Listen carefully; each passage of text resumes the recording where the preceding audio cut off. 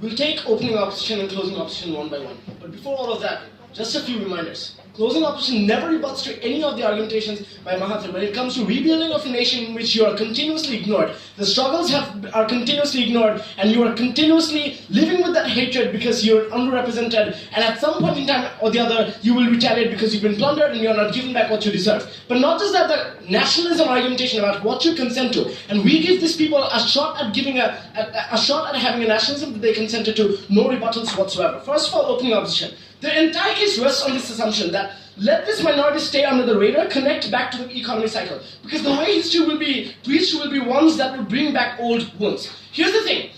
First of all, this house believes that notion, and it's very, very problematic if you want us to defend our history that's whitewashed in favor of the ones that are oppressors. That can't be a burden that's pushed on to these to the entire government. We think that that more plausible history that you can ask us to defend is one that accurately tells how many people have been killed, how many people have been raped, and what are the sorts of struggles that they've gone through. But why is that good? Because often the fact that you have a history, an objective history that tells these people what went wrong, is one that opens up doors for other media organizations or other political leaders and political groups that want to vouch for these minorities, but they can't because right now there's a huge veil of ignorance that these people live within, because they have history that never talks about these people and their sufferings. We think that veil of ignorance, the point in time you have history that's objectively taught to people from a very young age, means you open up doors for all other aiding groups in the first place. Now,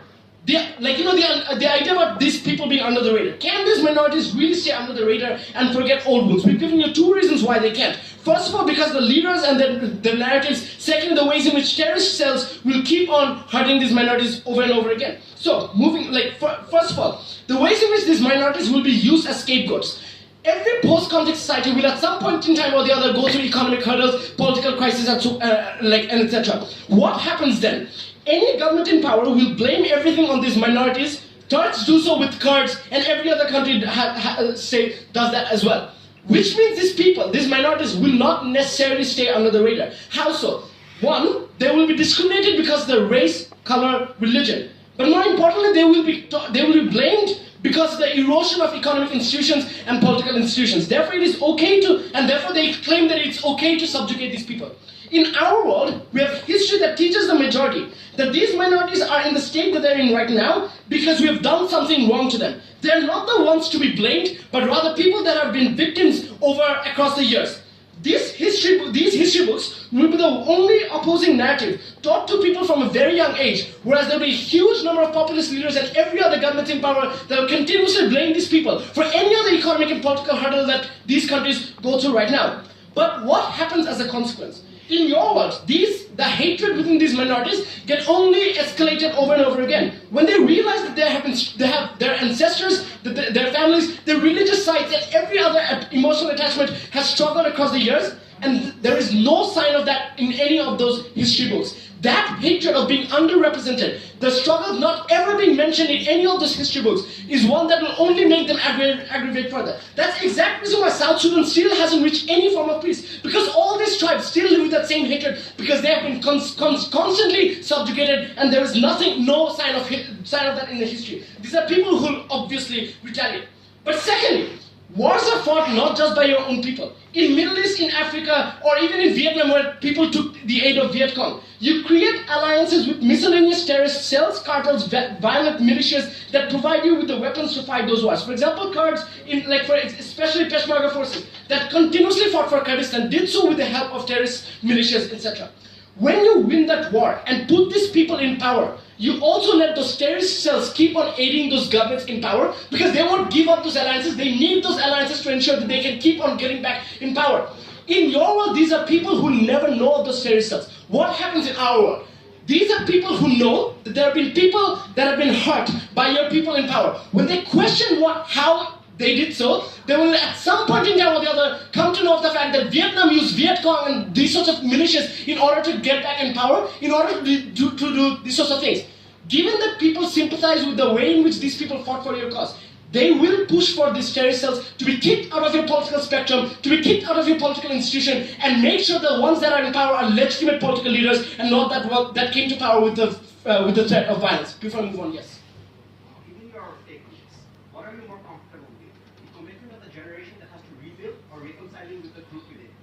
That's exactly the argument that I was about to talk about. So, the case of closing options, in summary, is this.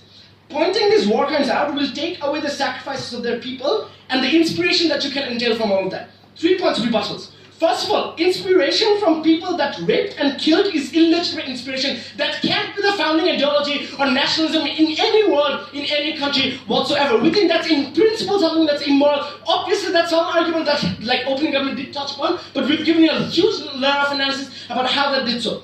But secondly, the ones who will rebuild this country will never be ones that acknowledge that these are minorities who have been plundered and therefore deserve something in return. Which means the rebuilding of nation that happens on your side of the house is one that not only fails to redistribute the things that they have plundered from these minorities, but also ones that don't allow that minority to have any scope of voicing out. Here's, in summary, the one thing that we do in this way is that even if nothing succeeds, the one thing we take away is the greatest weapon that every other oppressor and every other warrior has used. That we'll do everything we want to do to you, and there'll be no sign of that in history. People will never know of that, and you'll always be in the blind spot of the world. We give a voice to those who have once died, who have once been raped, who have once been killed. And that's a voice that they have never gotten across the years. But not just that, these are also people who are current generations, who are now descendants of those ancestors that have once been killed, and are still suffering because you've once plundered their wealth and everything that they deem to be important to them, and they get nothing of that redistributed. That voice is something that we want to give them back. But at the end of this debate, we give these people our nationalism that they consented to. Because your country's nationalism will be defined by those who have fought for it. You will have to identify with it. In Oxford, you have to identify with people who fought for your cause, but they fought through immoral and unnecessary evil means. They have not consented to those means, and therefore the face of nationalism either. The freedom fighters and etc. We give them a consent because right now they know for a fact that these are people who have done something horrible, and you can voice out that these are means that I have never consented to, that we are not them, and that for all these reasons, very powerful.